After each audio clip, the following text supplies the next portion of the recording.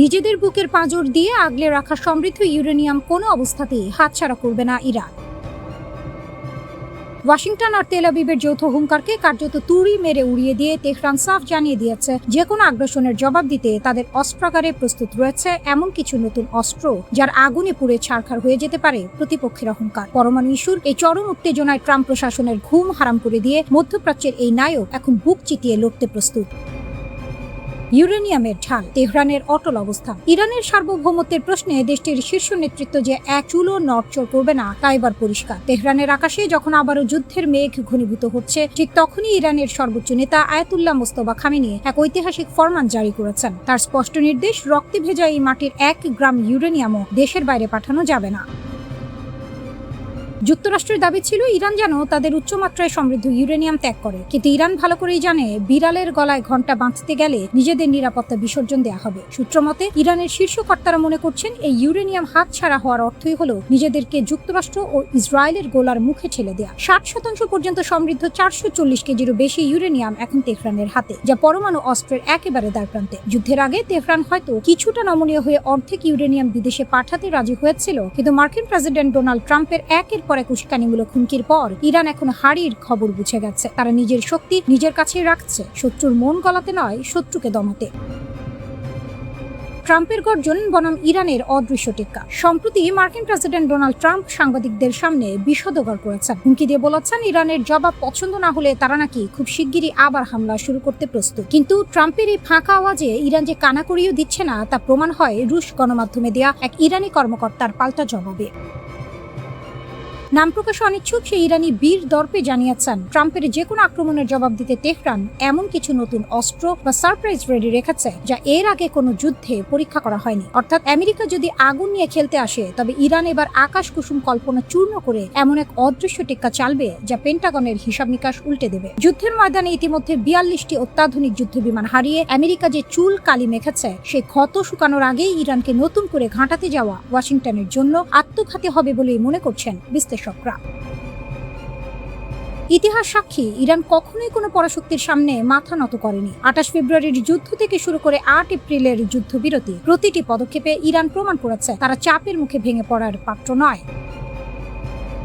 ট্রাম্পের হুমকি আর ইসরায়েলের গোপন ষড়যন্ত্রের জাল ছিন্ন করে ইরান আজ মধ্যপ্রাচ্যের এক অকুতোভয় নায়কের ভূমিকায় অবতীর্ণ। নিজেদের ইউরেনিয়াম নিজেদের মাটির নিচে সুরক্ষিত রেখে এবং তুরুপের তাস হিসেবে নতুন অস্ত্র হাতে নিয়ে তেহরান এখন ওয়াশিংটনকে স্পষ্ট বার্তা দিচ্ছে, আঘাত করলে এবার পাল্টা প্রত্যাঘাত হবে দ্বিগুণ শক্তিতে। মার্কিন সাম্রাজ্যবাদীদের রক্তচক্ষুকে উপেক্ষা করে ইরান নিজের ভাগ্য নিজেই নির্ধারণ করতে বদ্ধপরিকর।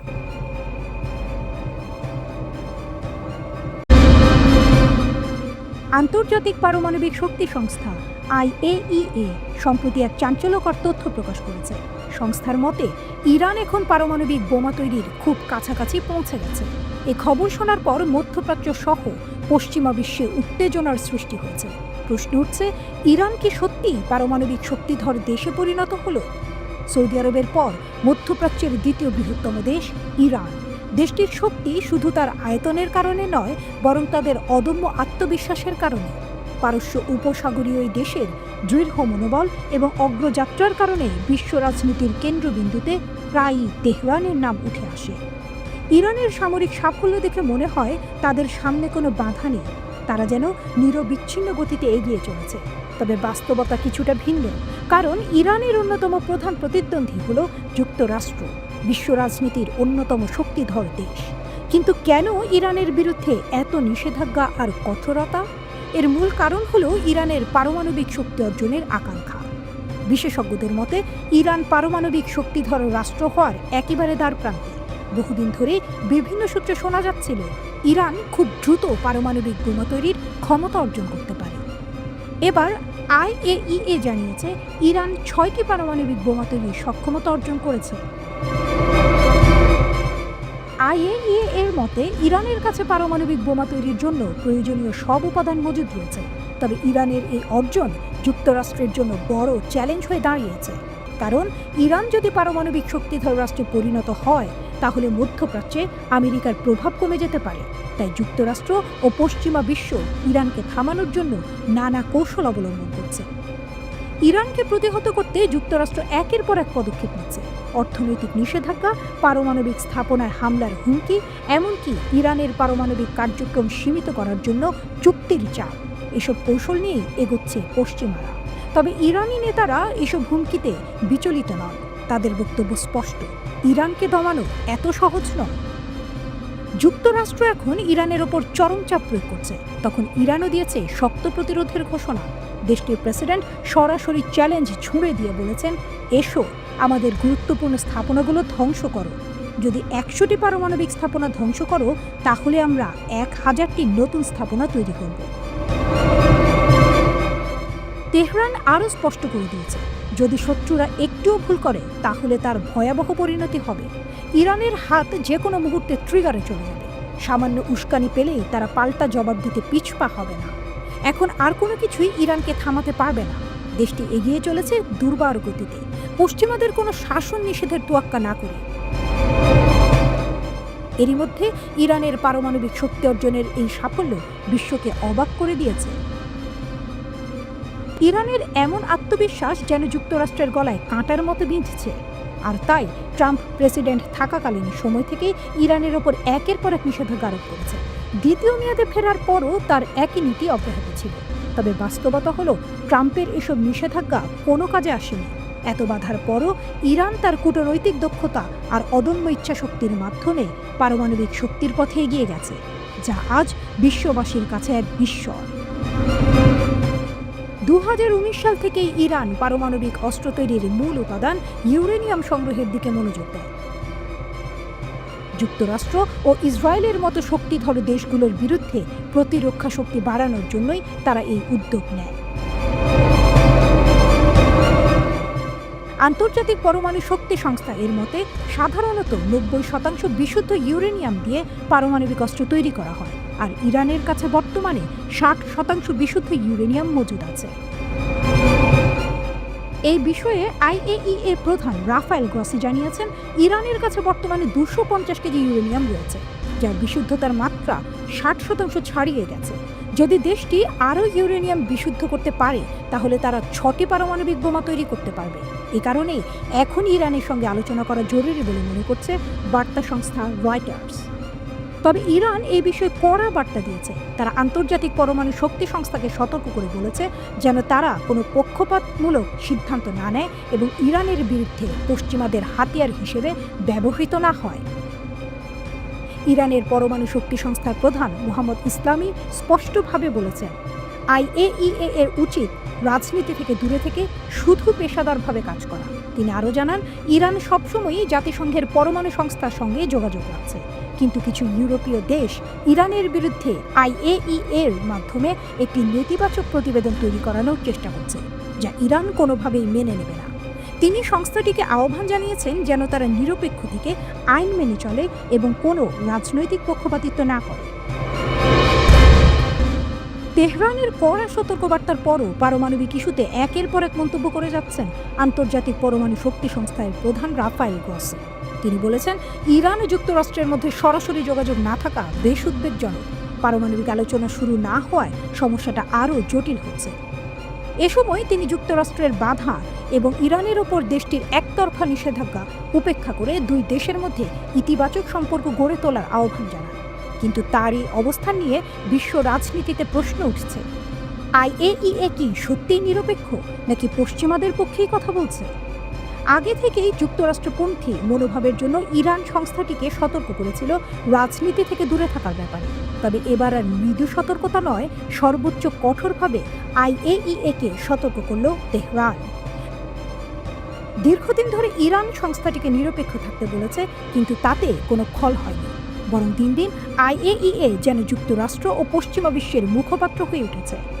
এখন প্রশ্ন হলো, ইরান কি করবে?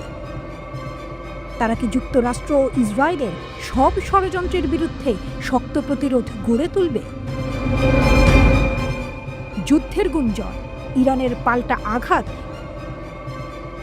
ইরান যখন নিশ্চিতভাবে পারমাণবিক শক্তির শীর্ষ পর্যায়ে পৌঁছে গেছে, তখন যুক্তরাষ্ট্র ও ইসরায়েল তাদের শেষ চেষ্টার পরিকল্পনা করছে। শোনা যাচ্ছে, যুক্তরাষ্ট্র ও তার ঘনিষ্ঠ মিত্র ইসরায়েল যৌথভাবে ইরানের ওপর হামলার ছক কষছে। যখন যুদ্ধের গুঞ্জন বাতাসে ভাসছে, তখন ইরান জানিয়ে দিল আর অপেক্ষা নয়, শত্রুদের জন্য আসছে তাদের বহুল প্রতীক্ষিত অপারেশন ট্রু প্রমিস 3। ইরানের শক্তিশালী সামরিক অভিযানের ঘোষণা। ইসলামী বিপ্লবী গার্ড কর্পস IRGC এর এক শীর্ষ কমান্ডার সম্প্রতি ঘোষণা দিয়েছেন, অপারেশন ট্রু প্রমিস 3 খুব শিগগিরই বাস্তবায়ন করা হবে। IRGC ডেপুটি কোঅর্ডিনেটর আলী ফজলি জানিয়েছেন, এর আগে ট্রু প্রমিস 1 ও ট্রু প্রমিস 2 সফলভাবে বাস্তবায়ন করা হয়েছে। এবার তৃতীয় ধাপ শুরু হবে পরিকল্পনা অনুযায়ী।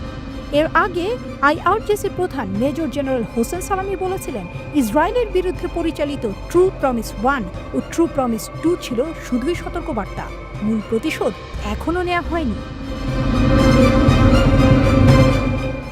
এবার ট্রু প্রমিস 3 সম্পর্কে ইঙ্গিত দিয়ে জেনারেল সালামি স্পষ্ট করে বলেছেন, যদি শত্রুরা তাদের ষড়যন্ত্র চালিয়ে যায়, তাহলে এবার ইরান এমন আঘাত করবে যা আগে কখনো কেউ দেখেনি। তিনি আরও বলেন, আজকের ইরান আগের চেয়ে অনেক শক্তিশালী। আমরা এতটাই ক্ষমতাধর যে পুরো বিশ্ব কাঁপিয়ে দিতে পারি। আমাদের শক্তি শত্রুদের কল্পনার বাইরে। ইতোমধ্যেই ইরান তার শক্তিশালী অস্ত্রভাণ্ডার গড়ে তুলেছে, যা শত্রুদের জন্য আতঙ্কের কারণ হয়ে উঠেছে। নর্থ কোরিয়ার নকশার উপর ভিত্তি করে ইরান গোপনে পারমাণবিক ক্ষেপণাস্ত্র তৈরি করেছে বলে দাবি করেছে national council of resistance of Iran. এসব ক্ষেপণাস্ত্র ইরান থেকে ইউরোপে উড়ে গিয়ে ভয়াবহ ধ্বংসযজ্ঞ চালাতে সক্ষম। গোপন পারমাণবিক কর্মসূচি। NCRI এর প্রতিবেদনে বলা হয়েছে, তেহরান 2টি গোপন স্থাপনায় এসব অস্ত্র তৈরি করছে, যেখানে আসলে স্যাটেলাইট উৎক্ষেপণ কেন্দ্র হিসেবে ছদ্মবেশে পরিচালিত হচ্ছে। এসব কেন্দ্রে পারমাণবিক কর্মসূচি আরও দ্রুত গতিতে এগিয়ে নেওয়া হচ্ছে। তেহরানের তৈরি ক্ষেপণাস্ত্রগুলো 3000 কিলোমিটারের বেশি দূরত্ব অতিক্রম করতে পারে, যা ইউরোপের বিভিন্ন স্থানে হামলা চালানোর জন্য যথেষ্ট। এই মিসাইল তৈরির কার্যক্রম ভূগর্ভস্থ সাইটে পরিচালিত হচ্ছে, যাতে গোয়েন্দা নজরদারি থেকে বাঁচা যায়। স্যাটেলাইট চিত্রে দেখা গেছে, এই স্যাটেলাইটগুলোর গোপনীয়তা নিশ্চিত করতে কনক্রিট প্ল্যাটফর্ম ব্যবহার করা হয়েছে। তবে ইরানের দাবি, এটি স্যাটেলাইট উৎক্ষেপণের জন্য একটি প্রদর্শনী মাত্র। ইরানের নতুন ব্যালিস্টিক মিসাইল। সম্প্রতি ইরান তাদের নতুন ব্যালিস্টিক মিসাইল এতেমাদ উন্মোচন করেছে, যা 1700 কিলোমিটার দূরের লক্ষ্যবস্তুতে আঘাত হানতে সক্ষম। এছাড়া ইসলামী বিপ্লবী গার্ড কর্পস IRGC ও প্রতিরক্ষা গবেষণা সংস্থা শাহরুদ মিসাইল কেন্দ্র পরিচালনা করছে, যেখানে পারমাণবিক ওয়ারহেড তৈরি করা হচ্ছে। এই ওয়ারহেড গাহেম 100 ক্ষেপণাস্ত্রে সংযোজন করা হবে, যা আরও উন্নত মারাত্মক ধ্বংসযজ্ঞ চালাতে সক্ষম। NCRI এর দাবি, IRGC আগামী কয়েক মাসের মধ্যে উন্নত গাহেম 100 রকেটের পরীক্ষা চালানোর পরিকল্পনা করছে। ইরানের গোপন পরীক্ষাগার। দ্বিতীয় পরীক্ষামূলক কেন্দ্রটি সেমনান শহরের দক্ষিণ পূর্বে, যা 2005 সাল থেকে সম্প্রসারিত হচ্ছে। এখানে সিমোর্গ ক্ষেপণাস্ত্রের উন্নয়ন চলছে, যা উত্তর কোরিয়ার নকশার ভিত্তিতে তৈরি। NCRI আরও দাবি করেছে, ইরান তার গোপন কর্মসূচিকে মহাকাশ গবেষণা কর্মসূচির সঙ্গে যুক্ত করেছে, যাতে আন্তর্জাতিক সম্প্রদায় সহজে সন্দেহ করতে না পারে। এই লক্ষ্যে খামেনি স্পেস লঞ্চ টার্মিনাল প্রতিষ্ঠা করা হয়েছে। রাশিয়া ও চীনের সঙ্গে জোট। এদিকে ইরানের প্রেসিডেন্ট মাসুদ পেজেশকিয়ান বলেছেন, আমরা রাশিয়া ও চীনের সঙ্গে সম্পর্ক আরও শক্তিশালী করব। আমেরিকার একতরফা ও স্বৈরাচারী নীতির বিরুদ্ধে আমরা প্রতিরোধ গড়ে তুলতে প্রস্তুত। সম্প্রতি রাশিয়ার সঙ্গে 20 বছরের কৌশলগত প্রতিরক্ষা চুক্তি স্বাক্ষর করেছে ইরান। প্রথমবারের মতো ক্রেমলিন সফরে গিয়ে প্রেসিডেন্ট পেজেশকিয়ান রাশিয়ার সঙ্গে প্রতিরক্ষা চুক্তিতে স্বাক্ষর করেন। সামরিক মহড়া ও ট্রু প্রমিস 3। ইরান একটার পর একটা সামরিক মহড়া চালিয়ে যাচ্ছে। তারা নতুন নতুন ক্ষেপণাস্ত্র পরীক্ষা করছে ও নিজেদের পারমাণবিক শক্তি আরও শক্তিশালী করছে। এখন প্রশ্ন উঠছে, ইরান কি বহুল আলোচিত অপারেশন ট্রু প্রমিস 3 এর মাধ্যমে তার পারমাণবিক শক্তিমত্তার জানান দিতে যাচ্ছে? ইরান ও তার পারমাণবিক কর্মসূচি নিয়ে বিশ্ব রাজনীতিতে আলোচনা বহু পুরনো। একদিকে চিরশত্রু ইসরায়েল, অন্যদিকে যুক্তরাষ্ট্রের কঠোর নিষেধাজ্ঞা। এসব উপেক্ষা করে ইরান নিজেদের সামরিক ও পারমাণবিক শক্তিকে আরও এগিয়ে নিচ্ছে। আজকের ইরান আগের চেয়ে অনেক বেশি অপ্রতিরোধ্য এবং তাদের সাম্প্রতিক পারমাণবিক কার্যক্রমে তার সবচেয়ে বড় প্রমাণ।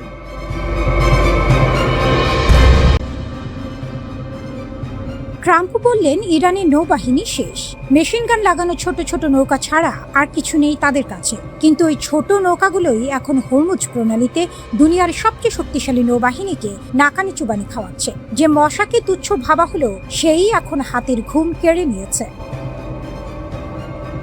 পশ্চিমা বিশ্লেষকরা ইরানের এই বহরকে ডাকেন মশা নৌবহর বলে। নামটা যতটা খোঁচানোর জন্য ততটাই সত্য। একটি মশা কামড়ালে রক্ত নেওয়ার আগে শতবার এদিক সেদিক উড়ে বিরক্ত করে, ভনভন করে, আর ধরা যায় না। হরমুজে ইরানের এই স্পিডবোটগুলো ঠিক তেমনই। ঝাঁকে ঝাঁকে আসে, গোলাগুলি করে পালায়, মাইন পেতে রাখে, বিভ্রান্তি ছড়ায়, তারপর উঠাও। ইরানের দক্ষিণ উপকূলের গুহা, খাঁড়ি, ভূগর্ভস্থ সুড়ঙ্গে লুকিয়ে থাকে, স্যাটেলাইটের চোখেও পড়ে না। এই কৌশলের জন্ম 1980-এর দশকে। ইরান ইরাক যুদ্ধে ট্যাঙ্কার যুদ্ধ যখন পারস্য উপসাগরে ছড়িয়ে পড়ল, মার্কিন নৌবাহিনীর সঙ্গে সরাসরি লড়াইয়ে ইরানের প্রচলিত নৌবহর ক্ষতবিক্ষত হলো। সেই পোড়া হাতের শিক্ষাই পরে রূপ নিল এক ভিন্ন যুদ্ধনীতিতে। শত্রু যদি বড় হাতিয়ার নিয়ে আসে, তাহলে সামনাসামনি লড়াই নয়, গলি খুবচিতে টেনে নিয়ে যাও, শিরায় শিরায় কামড় দাও, তাকে ক্লান্ত করো, তার যুদ্ধের খরচ বাড়াও।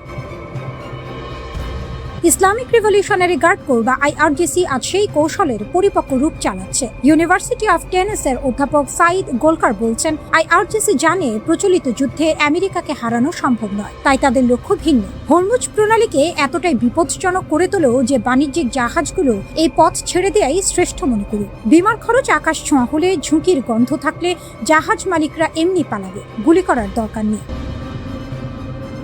হিসাবটা কাজ দিয়েছে। হরমুজ প্রণালীতে আজ প্রতিদিন গড়ে মাত্র 10টি জাহাজ চলছে। স্বাভাবিক সময়ে এই সংখ্যা ছিল 60টি। রয়্যাল নেভি বলছে যুদ্ধ পূর্ব সময়ের তুলনায় চলাচল কমেছে 90%-এরও বেশি। জাতিসংঘের হিসাবে প্রায় 1,500 জাহাজ ও 20,000 নাবিক আটকা পড়েছে এই অবরোধের জালে। বিশ্বের তেল সরবরাহে যে ধাক্কা লেগেছে, কোনো বিশ্লেষক এটাকে ইতিহাসের সবচেয়ে বড় ধাক্কা বলে চিহ্নিত করছেন। আর এই মশা নৌবহরের আকার সঠিক সংখ্যা কেউ জানে না। অনুমান বলছে 500 থেকে 1000-এরও বেশি। অনেকগুলো আগে ছিল মাছ ধরার নৌকা, সেগুলোতে এখন মেশিন গান, রকেট, জাহাজ বিধ্বংসী ক্ষেপণাস্ত্র বসানো। সস্তায় তৈরি, সহজে বদলানো যায়। একটি ডুবলে 10টি প্রস্তুত। আর মার্কিন নৌবাহিনীকে পাল্টে দিতে মাঠে নামাতে হচ্ছে কোটি কোটি ডলারের ডিস্ট্রয়ার, হেলিকপ্টার, টহল বিমান। হাডসন ইনস্টিটিউটের গবেষক কান কাসাপোগলু লিখেছেন, এটাই ইরানের আসল কৌশলগত জয়। কম খরচে প্রতিপক্ষের বেশি খরচ করাও। পানির নিচু তলে ভাসমান এই নৌকাগুলো রাডারেও ধরা পড়ে না সহজে। কাছে না আসা পর্যন্ত শনাক্ত করা কঠিন। যখন বোঝা যায় তখন হয়তো অনেক দেরি হয়ে গেছে। আর নৌ মাইনের আতঙ্ক, আলাদা মাইন আছে কি নেই সেই ভয়েই জাহাজ চলাচল আটকে যায়। মাইন পরিষ্কার করতে সময় লাগে অনেক। সম্প্রতি একটি মার্কিন মালিকানাধীন পণ্যবাহী জাহাজ দোহার কাছে অজ্ঞাত ক্ষেপণাস্ত্রের আঘাতে আগুন লেগেছে। অস্ত্রবিরতির পরও হামলা থামেনি। ওয়াশিংটন ইরানের ওপর নতুন অবরোধ দিলে পরিস্থিতি আবার উল্টো দিকে গেছে।